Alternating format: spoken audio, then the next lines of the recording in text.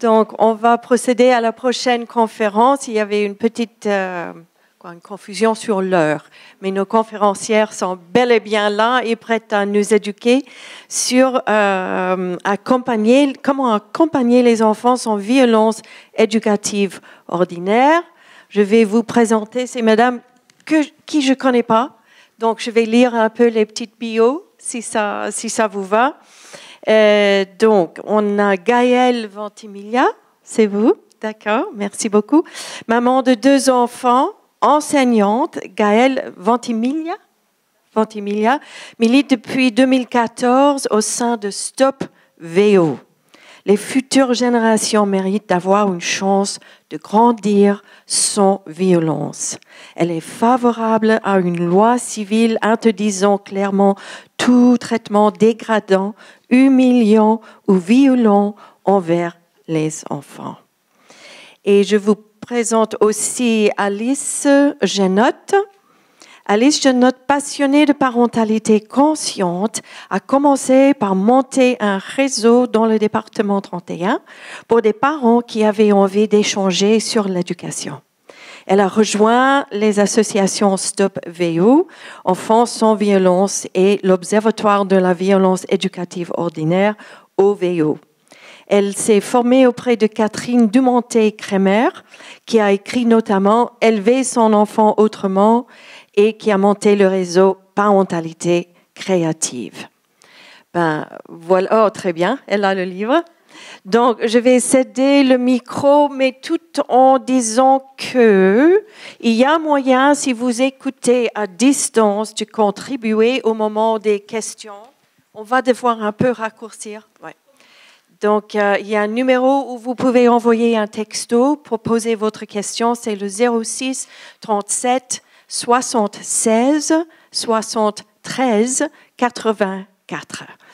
Et voilà, j'ai d'autres messages à vous passer après. Merci beaucoup, mesdames. À vous.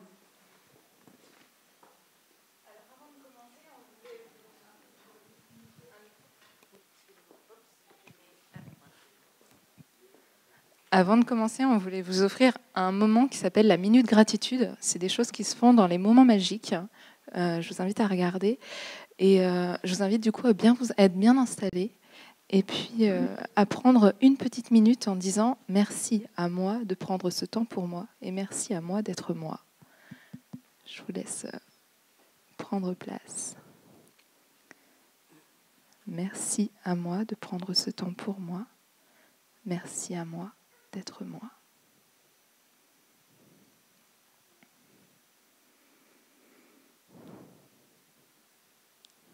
Merci à moi de prendre ce temps pour moi. Merci à moi d'être moi.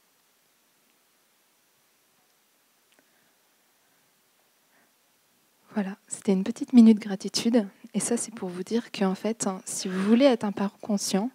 Ah, d'accord, je vais essayer.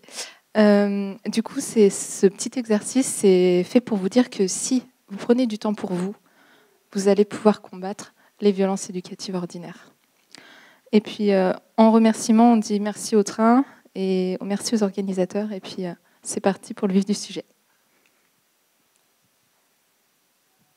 Alors, on va vous présenter d'abord les associations. Donc, l'association Stop VO, dont je fais partie. C'est une association qui milite auprès du public pour informer sur les conséquences des violences éducatives ordinaires et pour faire prendre conscience aux gens de la réalité de ce que peut faire un enfant et de ce que ne peut pas faire un enfant, parce qu'on se rend compte que beaucoup de situations conflictuelles dans les familles viennent d'un défaut de connaissance en fait, sur les capacités cognitives des tout-petits. Je te laisse présenter l'OVO. Alors, juste, je rajouterais pour Stop VO, parce que j'en suis fait partie aussi. Céline m'a dit de vous dire que c'était aussi pour faire connaître les VO, pour soutenir la loi, promouvoir une éducation sans violence aux parents, aux professionnels et pour les enfants. Et l'Observatoire a à peu près les mêmes buts, sauf qu'on va faire beaucoup de recensements sur des documents. On va discuter de l'actualité sur les violences éducatives et bien sûr, on soutient la loi pour avoir une loi contre les violences éducatives ordinaires. Alors, on va commencer maintenant avec le vif du sujet. Donc, on vous a préparé un sommaire On va le voir en détail petit à petit. Donc, qu'est-ce que sont les violences ordinaires? Alors, les violences ordinaires, ce sont l'ensemble des violences qui sont utilisées contre les enfants dans le but de corriger un comportement qui est jugé inadapté ou incorrect par l'adulte. Les violences peuvent être physiques, verbales ou bien psychologiques. Donc, dans les violences physiques, ça peut aller des violences qui sont aussi banales et normalisées en France que la fessée, la tape sur la main. Ça peut aller aussi dans les gifles, les coups de pied, les douches froides. On peut avoir aussi des violences verbales avec des cris, des hurlements, des insultes, des menaces. On a tout l'ensemble des violences psychologiques, des négligences et des privations. Donc vous avez le détail là. Ce sont des violences qui sont utilisées par une très grande majorité des parents. Et on est ici pour informer des conséquences possibles, néfastes de toutes ces violences. Alors, les VO et les apports en neurosciences. Donc, je ne suis pas spécialiste du tout. Je me suis basée sur des livres qui sont à votre disposition ici, après, si vous le souhaitez, notamment de Catherine Guéguin, de Alice Miller, d'Olivier Morel, qui ont écrit des livres pour présenter la plasticité cérébrale des enfants. On va rentrer dans le technique. Donc, ça, c'est le cortex préfrontal. Le cortex préfrontal, c'est ce que vous avez tous devant. C'est la partie du cerveau ici qui gère un certain nombre de fonctions cognitives dites supérieures.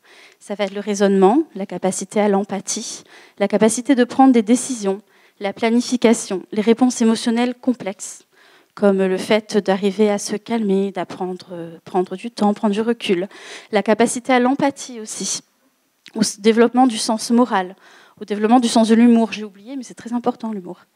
Voilà. On a vu après, donc depuis 1994, il y a un chercheur qui s'appelle Alan Score, qui a découvert que l'éducation avait une part très importante dans le développement de cette zone cérébrale.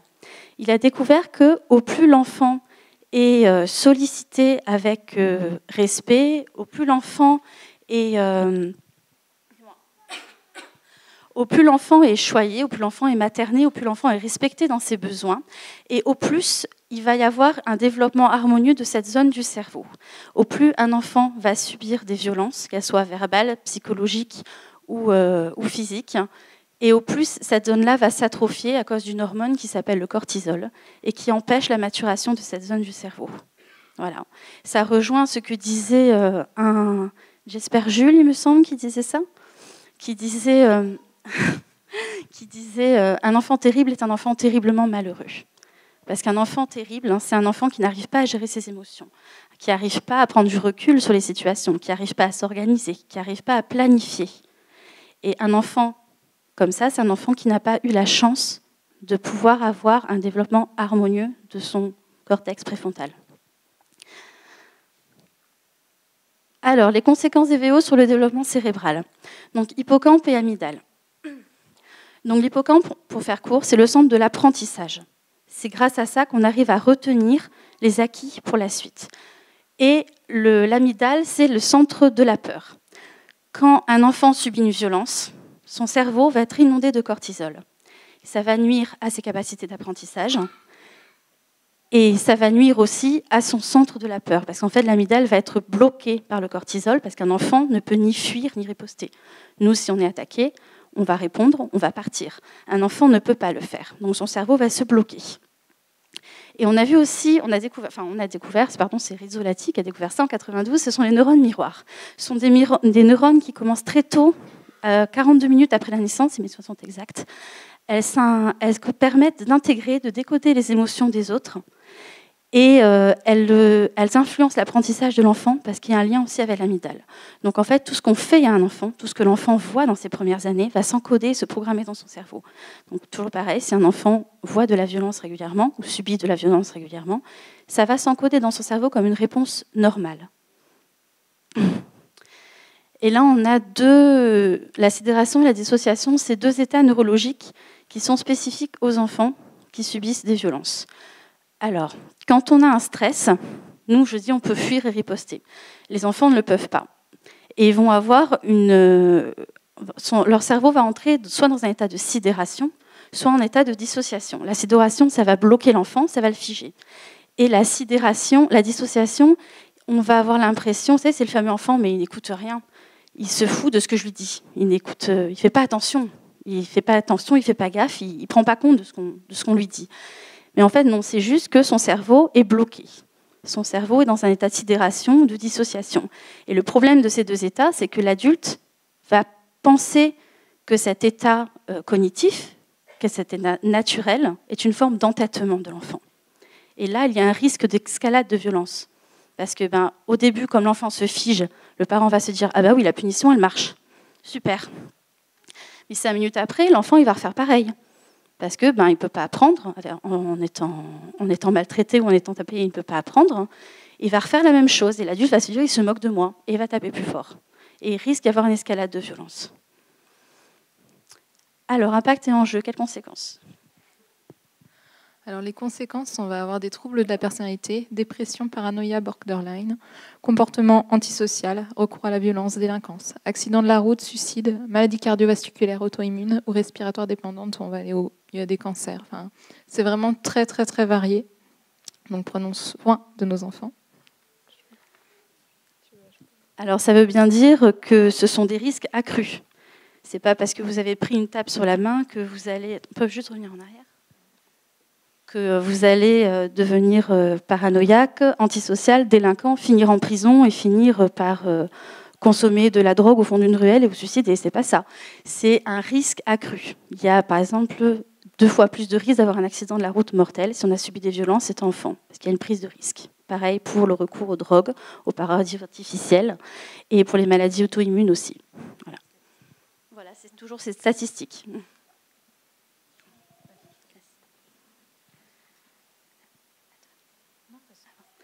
Alors, sur les conséquences morales, on a un problème en France, c'est qu'on considère qu'un enfant, pour être bien éduqué, pour ne pas devenir le fameux mythe de l'enfant roi, je ne sais pas si vous avez vu les conférences de Philosophe déjà, mais elle en parle très bien, il a besoin d'avoir des limites, ce qui peut se comprendre, mais il y a le lien avec la violence qui se fait naturellement chez nous.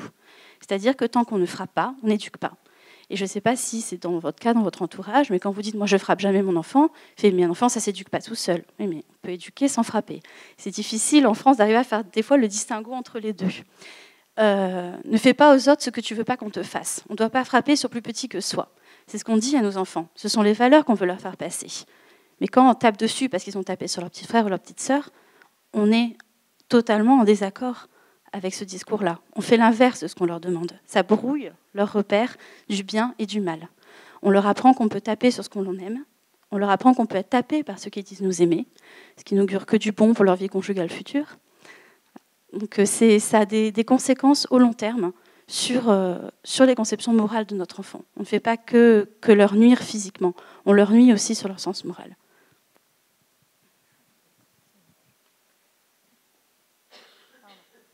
Les VO en France aujourd'hui. Donc on a l'iceberg. Aujourd'hui, en fait, on a 2 types de violences dites. La violence, ça reste de la violence. On a les violences qui sont acceptées par la société. Donc quand on tape un enfant, c'est de l'éducation. Quand on punit un enfant, c'est de l'éducation. Et puis on a la maltraitance soi-disant mortelle. Donc on a quand même 2 enfants par jour qui meurent sous les coups de leurs parents. Donc, ce que je veux dire, c'est que les violences qu'on va accepter, un jour, elles vont... Voilà, on va commencer là, voilà, et puis après, on peut arriver très, très vite à la maltraitance mortelle. C'est pour ça qu'aujourd'hui, on milite vraiment pour avoir une loi et pour que aucun de l'iceberg n'existe et ne soit toléré en France.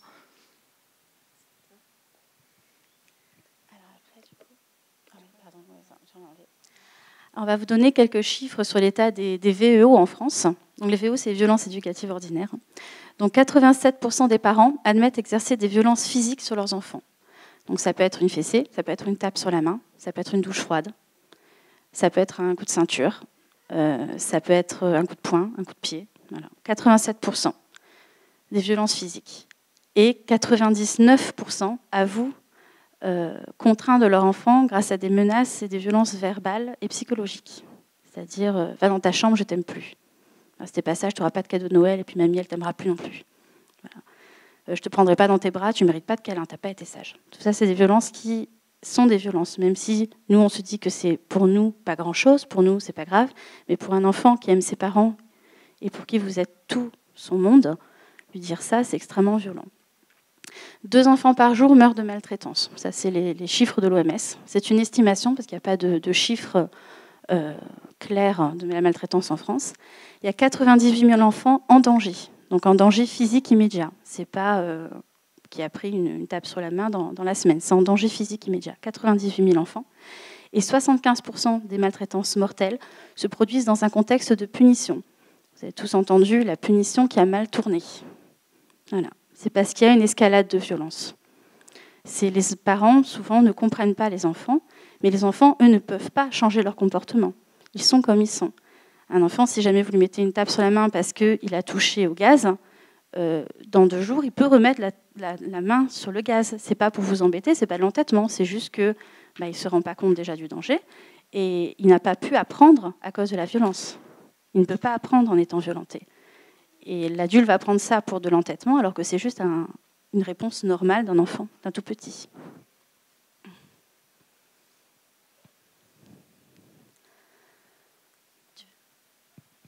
Là, ça va être encore un peu de lecture. On a les idées reçues, les gens qui vous parlent. J'aimerais commencer par, avant de lire ça, qu'on n'est pas là pour culpabiliser les parents. On a été nous-mêmes des parents, ayant commencé peut-être par des VO, même sûr pour ma part. Voilà, je veux vraiment pas culpabiliser, je veux pas que vous vous sentiez agressé. C'est des phrases qu'on entend régulièrement pour justement ne pas faire passer cette loi. Donc j'ai reçu des fessées et j'en suis pas mort. Alors nous on a tendance à répondre ce n'est pas parce que ce n'est pas mortel que c'est bénéfique. L'amputation ne tue pas non plus. Personne ne doit intervenir dans la sphère privée. Tous les êtres humains, à l'exception des enfants, sont protégés dans tous les lieux. Pourquoi pas les enfants? Donc voilà. Les fessées ont fait de moi quelqu'un de bien.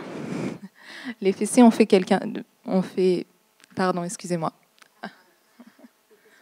Les fessées ont fait de vous quelqu'un qui pense à frapper les enfants. Donc il faut peut-être y réfléchir. Il ne faut pas confondre fessée et maltraitance. Toutes les maltraitances commencent par des VO qui connaissent une escalade. La plupart des morts résultent d'une VO, gifle, douche froide, secouement. Il n'y a pas que pour les enfants qu'on gradue la maltraitance. C'est ce que tu disais déjà tout à l'heure. Alors, je rajouterai quelque chose aussi. Moi aussi, j'ai commencé par les VO sur mon aîné. Et toutes ces phrases-là, je les ai dit au moins 3 fois chacune. Quand les gens ont essayé de m'en parler au début, la première personne qui m'en a parlé, c'était une maman de 7 enfants. Qui a osé me le dire en face. Elle m'a pris entre occasion, elle me dit: ce que tu fais à ton enfant, c'est mal. Tu n'as pas le droit de lui mettre une tape sur la main. Tu n'as pas le droit. Et ma réponse, logique, en tant que maman sûre de son droit, je lui dis: mais pour qui elle se prend, celle-là? C'est mon enfant, je fais ce que je veux, il est à moi, quoi. Et en fait, j'ai voulu me renseigner au début pour lui clouer le bec, je vous l'avoue. Et j'ai pas dû aller me renseigner au bon moment, parce que je suis devant vous, donc j'ai pas dû aller me renseigner au bon endroit. Donc voilà, depuis, je suis militante anti-VO. J'ai dû me tromper de bibliothèque. Alors ça, c'est un visuel qui a été fait, dont la citation est anonyme. Le visuel, c'est une militante Stop VO aussi qui l'a fait, et Hello VO aussi, bien sûr. Elle s'appelle Sophie Bloom. Donc pourquoi appelle-t-on cruauté le fait de frapper un animal, l'agression le fait de frapper un adulte, et éducation le fait de frapper un enfant? La réalité, c'est qu'en France, aujourd'hui, si vous passez dans la rue et que vous voyez quelqu'un mettre un coup de pied à un chien, vous allez vous arrêter, mais qu'est-ce que vous faites à ce pauvre chien? Si vous voyez un homme mettre une gifle à sa femme, vous allez dire: mais qu'est-ce que vous faites? Vous n'avez pas le droit de la taper. Mais si vous voyez un adulte mettre une gifle à un enfant, vous n'allez pas réagir, parce que c'est son enfant. Pourquoi? Parce que les enfants ne sont pas protégés légalement. Les enfants, on a encore le droit de les frapper par le droit de correction. On va avancer un peu. Donc une éducation sans violence est possible. Alors, les idées reçues sur les caprices. Donc, on entend beaucoup les caprices. Donc, les caprices, pour la plupart des gens, c'est l'enfant qui simule une émotion pour essayer de manipuler le parent pour arriver à ses fins. Donc, on rappelle qu'un enfant de 3 ans, 4 ans, il ne peut pas rester caché 5 secondes sans dire où il est caché. Donc, de là à arriver à faire preuve assez de machiavélisme pour essayer d'influer nos décisions en simulant une émotion, bon, c'est quand même exagéré. Le fameux « je veux », oui, dans les magasins, je veux, en montrant un nounours ou autre. Ça ne veut pas dire forcément « achète-moi tout de suite, là, maintenant, obéis-moi, maman » ou papa. Ça veut dire juste « regarde peut-être comme il est beau, il est joli, j'aimerais bien le prendre, j'aimerais le toucher ». La pauvreté du langage des enfants ne permet pas de faire cette distinction. Donc, rentrer dans le jeu, dire « ah oui, il est très joli, tu veux le caresser ?» puis on y va. Rien que le fait que le désir soit entendu, pas forcément satisfait. Il ne vous demande pas forcément de l'acheter. Il vous demande juste que l'enfant, il demande juste à être écouté, cet enfant. Il ne demande pas à être couvert de cadeaux ou à être obéi. Ce n'est pas un ordre qu'il vous donne. C'est peut-être juste une remarque, une observation. J'ajoute à ça la pauvreté du langage, le mot caprice, justement. Moi, j'irais jusqu'à dire qu'on devrait enlever le mot caprice de son vocabulaire, ainsi que le mot bêtise, et les remplacer par alors, émotion pour caprice, et puis bêtise et expérience pour bêtise. Voilà. On va s'avancer. 4 choses à ne pas oublier. Tu veux le faire peut-être, Alice? J'avais mis une photo, une information.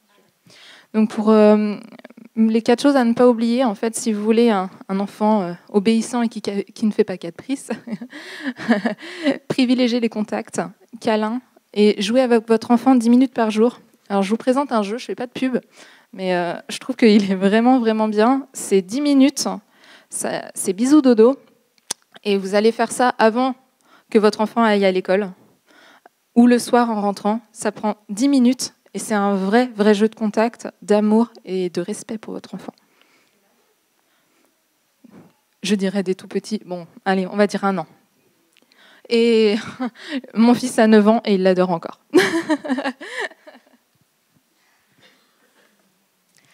Alors ensuite, accepter les émotions, les vôtres comme les leurs. Alors c'est normal de ressentir de la fatigue. Pour vous comme pour lui. Mais vous n'allez pas la manifester de la même manière. Quand un adulte est fatigué, il a besoin de calme, il a besoin de se reposer. Un enfant, il a besoin de courir partout, dépenser toute cette énergie qui le bloque.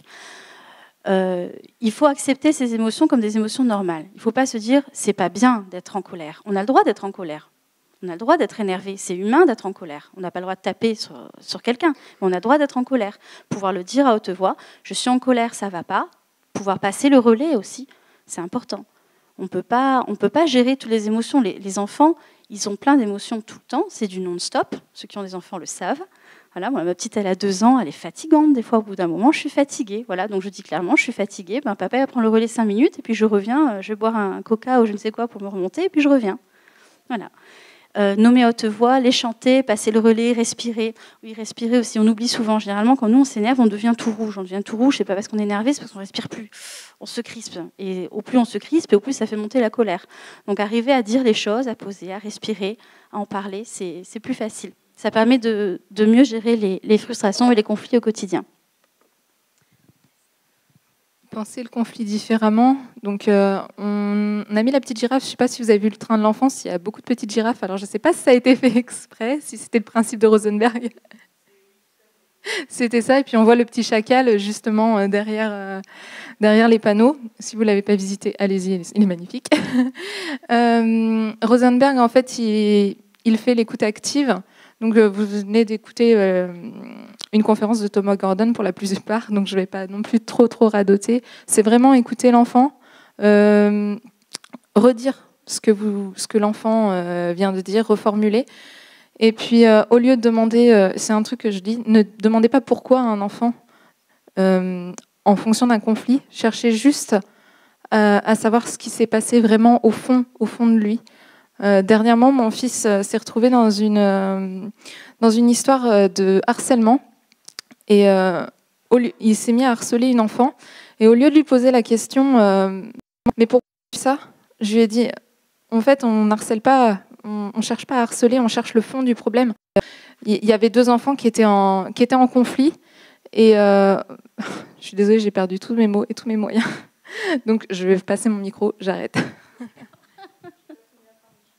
Il n'y a pas de souci. Il n'y a pas de problème. Donc, croire en vous et en vos choix. Donc, on a tous dans nos entourages, faut pas se leurrer, la fameuse personne qui vous dit non mais il te prend pour un imbécile là, tu devrais serrer la vis. Ou le fameux regard réprobateur. Alors déjà, on a du mal à gérer les émotions des enfants. Donc, quand un petit de 3 ans n'a pas un sachet de bonbons, une peluche ou je sais quoi, qui se met à pleurer dans le magasin et il y a quelqu'un qui vous regarde, mais elle ne sait pas tenir cet enfant, c'est pas possible. Enfin, totalement incompétents, ces parents. De nos jours, une bonne fessée, c'était réglé. On l'a tous dans notre entourage, on l'a tous vécu. Donc mon grand conseil, c'est vous n'en avez rien à faire. La seule chose qui est importante, c'est la relation que vous avez avec votre enfant. Le regard des autres, le regard de la belle-mère, le regard du beau-père, le regard du voisin, le regard de la grande-tante, clairement, vous n'allez pas vivre avec eux toute votre vie. La relation qui importe, le respect qui importe, c'est le respect de votre enfant. C'est la confiance de votre enfant. Ce que les autres pensent, je ne peux pas être vulgaire, c'est filmé, mais voilà, je le pense très fort.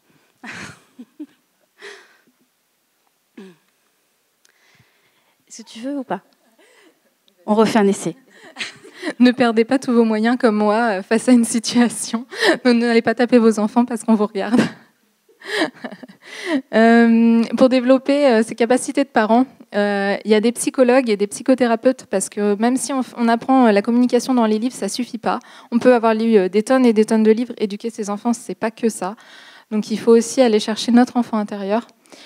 Vous avez l'atelier des parents, les ateliers de communication non violente, la discipline positive, la création grammaire des émotions qui a été faite par Isabelle Fioza.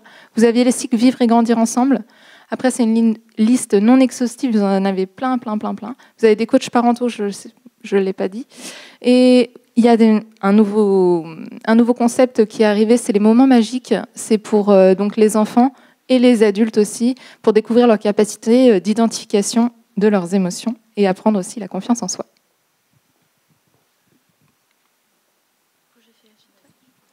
Alors, pour s'informer, donc on a pris des exemples de livres là qui peuvent vous aider peut-être à repenser notre relation avec les enfants.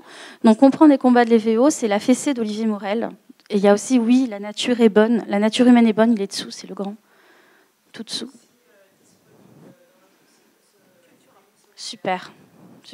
Donc ça, c'est des livres clés. Clairement, cet écrivain est un sage. Il arrive à ouvrir les yeux sur ce que l'on ne voit pas parce qu'on a baigné dedans depuis tout petit.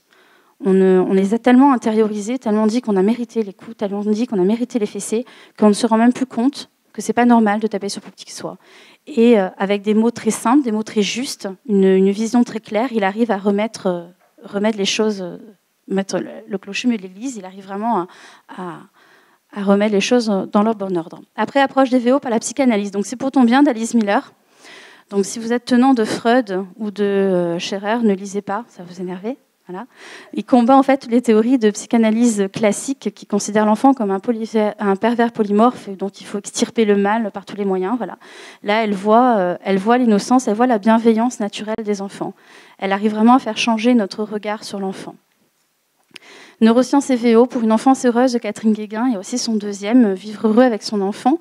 Donc ça, c'est vraiment sur qu'est-ce qui se passe dans le cerveau de l'enfant, qu'est-ce qu'on peut demander à un petit, qu'est-ce qu'on ne peut pas demander, qu'est-ce qu'il peut faire, qu'est-ce qu'il ne peut pas faire.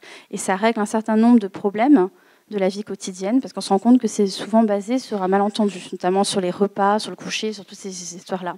Après, aide à la parentalité sans violence. Donc, Philiosat, un seul mot, voilà. Isabelle Filiosat. Elle a écrit des livres pour différents âges, et c'est vrai que c'est une ressource au quotidien. Voilà. J'ajoute forcément, même si on l'a dit au début, Élever son enfant autrement de Catherine Dumontet-Crémer, qui est vraiment, vraiment très complet, très épais. Vous le trouverez à la librairie Solidaire qui se trouve de l'autre côté. Oui. Alors, y a-t-il des questions du coup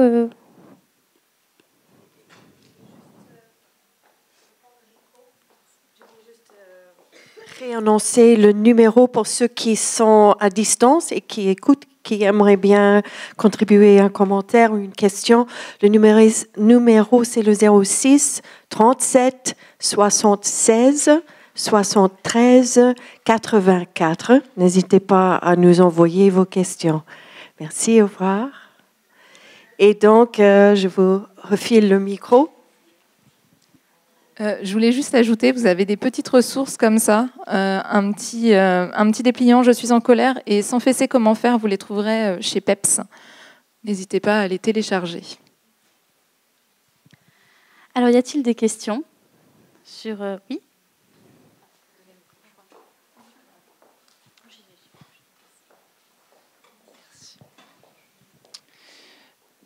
Bonjour, donc je voulais savoir, la France par rapport aux autres pays, comment ça se passe dans les autres pays? Est-ce qu'ils font mieux que nous? Alors ça dépend des pays. Enfin, en Europe, disons. Alors en Europe, ça dépend aussi quel pays en Europe, parce qu'on a le pays pionnier en la matière, c'est la Suède, qui a abolit les châtiments corporels en 1979. Pour vous donner une idée de la situation, il y a 1 ou 2 enfants qui meurent par an de maltraitance. Chez nous, c'est 2 par jour. Voilà. On est clairement dans les mauvais élèves. On a beaucoup de violence chez nous.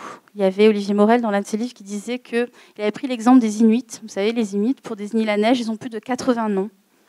Parce que pour eux, c'est l'élément dans lequel ils baignent. C'est leur environnement familier. Et du coup, ils ont plein de nuances pour les différencier. Parce que c'est ce qu'ils connaissent le mieux, la neige. Et en France, on a plus de 120 mots pour désigner les violences. On baigne dedans. D'autres questions ? Oui, moi, j'aurais souhaité faire le lien avec les enfants déficients intellectuels. Comment on peut trouver des solutions pour résoudre un conflit avec un enfant qui ne parle pas, qui ne comprend pas tout, mais sans virer dans les VEO, en fait. Les câlins, je dirais les câlins, parce que ça inonde le cerveau d'ocytocine. C'est l'hormone de l'apaisement, c'est l'hormone du plaisir. C'est l'hormone qu'on a notamment en allaitant ou en embrassant son amoureux, son amoureuse. Voilà. Donc, c'est les câlins. Le contact physique permet de renouer. Après, ne connaissant pas votre enfant, on n'est pas forcément très capable de vous dire comment l'atteindre, comment le toucher, comment arriver à créer un lien de confiance avec lui. Ça dépend de chaque enfant, je pense. Mais voilà, les câlins, c'est déjà un bon début. Câlin, passer du temps avec lui. Je ne sais pas si ça répond trop à votre question. Je ne suis pas spécialiste.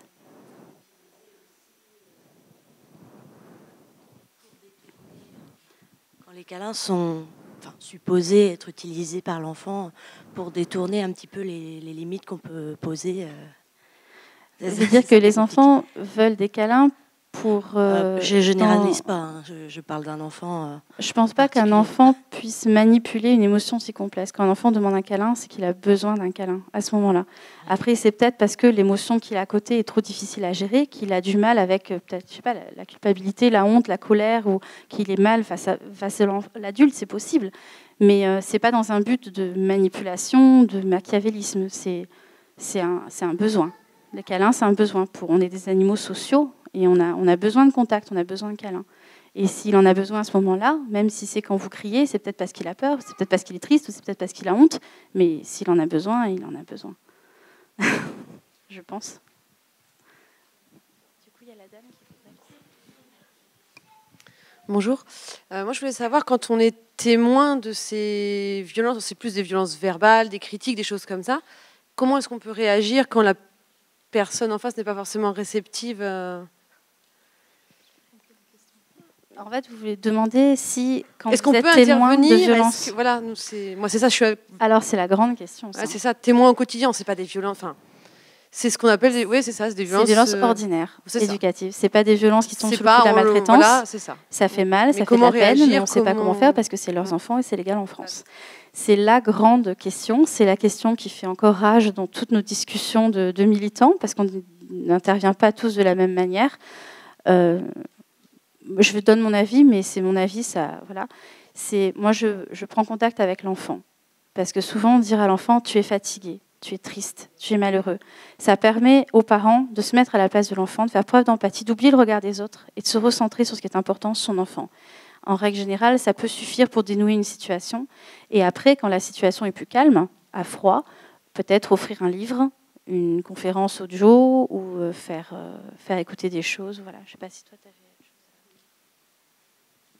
Oui, il y a encore un bon livre, c'est Agathe et la fessée, même si c'est pas que des... Là, on est sur c'est une maman qui donne une fessée dans un centre commercial et l'autre maman arrive avec empathie vers cette autre maman et lui dit tu voudrais pas... Enfin, bon, on est d'accord, c'est de l'idéalisme, mais tu voudrais pas venir boire un café à la maison et puis on discute. Essayer d'avoir de l'empathie pour ce parent qui, en fait, n'est qu'un parent qui n'est pas encore... je dirais, informé, conscient de ça. Je pense que la plupart des parents veulent bien faire. Moi, quand je mettais une tape sur la main de mon fils ou une fessée à mon fils, j'étais persuadée que je faisais ce qu'il fallait pour l'éduquer. J'étais persuadée d'être dans le vrai, d'être dans le juste et de faire ce qu'il fallait. Et voilà, mes yeux ont été dessillés bien tard. Enfin, c'est toujours trop tard de toute manière. Hein. Mais voilà, c'est ça. C'est ça. C'est toujours trop tard, mais il faut du temps aussi. Voilà, si on prend les gens à revers en disant mais non, t'as pas le droit de faire ça, ben là tu vas faire ben si c'est mon enfant, et puis t'as rien à dire, et puis il va partir quoi. Alors que si on essaye peut-être d'aller d'abord vers l'enfant, et puis après à froid revenir un peu vers le parent, c'est peut-être plus facile pour trouver. Mais ça peut être très énervant. Moi j'ai eu des interventions qui se sont très mal passées, dont une où j'ai pris une claque aussi. Enfin, c'est pas arrivé. Hein. C'est pas. Alors, on parle des parents, mais en fait, il n'y a pas que des parents aussi. Hein. Moi, j'ai été confrontée à une institutrice qui était vraiment dans la violence et que j'ai rencontrée plusieurs fois et c'était très, très difficile à lui faire passer le message que je ne voulais pas qu'elle soit dans l'humiliation avec mon enfant. Oui, c'est une réalité. Le droit de correction concerne tout adulte ayant autorité sur l'enfant. Ça peut concerner les parents, ça peut concerner les médecins, ça peut concerner les personnels soignants, ça peut concerner les éducateurs sportifs et les enseignants. Voilà. Donc, chez les enseignants, il y a une voie. Alors, je sais que c'est difficile de remettre étant enseignante, je sais que c'est compliqué. Voilà, il y a des brebis galeuses, comme dans tous les corps de métier. Il faut monter au créneau. Votre enfant, il est dans l'école pour apprendre. Il n'est pas à l'école pour apprendre à être frappé, pas apprendre à être humilié. Il faut écrire une lettre avec recommandé de réception, il faut porter l'affaire à l'inspecteur d'académie, il faut monter les échelons si ça ne se règle pas. Parce qu'il n'y a aucun adulte n'a le droit de taper sur un enfant. Qui que ce soit, personne n'a le droit de taper sur un enfant. Quand on voit que c'était quel présidentiel, Bayrou, je crois, dans une élection présidentielle, il était au plus bas des sondages, il a giflé un enfant devant les caméras de télé et il est remonté dans les sondages. Voilà. Donc ça montre bien quelle vision on a de l'enfance. Les enfants sont adressés, mais non. Voilà. On a le temps pour une question finale. Il y en a une qui est arrivée par le moyen de texto. Où en est-on au sujet de la loi? Alors, la loi, on avait une proposition de la loi l'année dernière, en 2016, qui a été finalement retoquée par la Cour suprême au motif que c'est un cavalier législatif, c'est-à-dire que c'était un amendement qui était dans une loi plus vaste. Ils ont considéré que l'amendement en question ne concernait pas l'ensemble de la loi. Et donc, il y a un certain nombre de députés qui sont montés au créneau pour annuler cette décision. Les enfants ont été protégés, je ne sais pas, peut-être 15 jours en France. Voilà, ça a été 15 jours, mais bon. Voilà. Donc là, on est sur le chemin de la guerre, j'ai envie de vous dire. On est en train d'essayer de monter une proposition de loi. Donc, c'est une proposition de loi civile, hein, je vous rappelle, ce n'est pas une loi pénale. Le but, ce n'est pas de mettre en prison les parents. Le but, c'est que les enfants aient enfin une protection légale, comme toute personne, comme tout être humain en France. Voilà. C'est le but de cette loi, mais c'est difficile à faire passer, parce que le droit de correction a de fervents défenseurs. Oui, il y a une loi qui protège en France, mais elle n'est pas adaptée, parce que de souvenir, c'est 4 ans de prison et 98 000 € d'amende. Enfin, c'est totalement inadapté. Alors, un parent qui va mettre une tape sur la main, c'est évident qu'on ne va pas lui mettre ça. Donc, on a mis le droit de correction pour essayer de justifier le fait de ne pas aller jusqu'à 4 ans de prison pour ce genre de fait, pour arriver à différencier la maltraitance des violences éducatives ordinaires selon la loi, ce qui en fait était une gageure, parce que du coup on se retrouve avec un droit de correction bien ancré dans les mentalités, bien ancré dans la loi, et qui permet des violences quotidiennes et régulières sur plein d'enfants en France. Il va falloir qu'on clôture. Je vous remercie parce que c'est un sujet qui est absolument essentiel et on apprécie le travail que vos associations font. Merci beaucoup.